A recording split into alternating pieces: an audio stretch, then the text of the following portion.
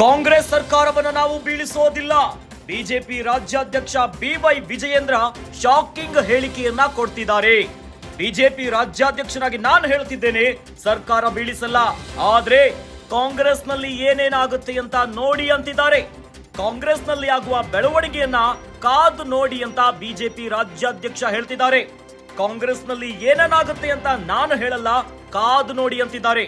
ಇನ್ನು ಫಲಿತಾಂಶದ ಬಳಿಕವೇ ನೀವೇ ನೋಡ್ತೀರಾ ಅಂತ ವಿಜಯೇಂದ್ರ ಅವರು ಹೇಳ್ತಿದ್ದಾರೆ. ವಿಜಯೇಂದ್ರ ಅವರ ಹೇಳಿಕೆ ಒಂದು ಕುತೂಹಲವನ್ನ ಕೆರಳಿಸಿದೆ.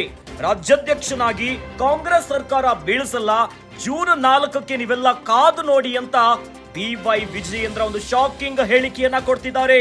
ಕಾಂಗ್ರೆಸ್ ಸರ್ಕಾರವನ್ನ ನಾವು ಬೀಳಿಸಲ್ಲ, ನೀವೇ ಕಾದು ನೋಡಿ, ಫಲಿತಾಂಶವೇ ಉತ್ತರ ಕೊಡುತ್ತೆ. ಹೀಗಂತ ಬಿಜೆಪಿ ರಾಜ್ಯಾಧ್ಯಕ್ಷ ಬಿವೈ ವಿಜಯೇಂದ್ರ ಶಾಕಿಂಗ್ ಹೇಳಿಕೆಯನ್ನ ಕೊಟ್ಟಿದ್ದಾರೆ.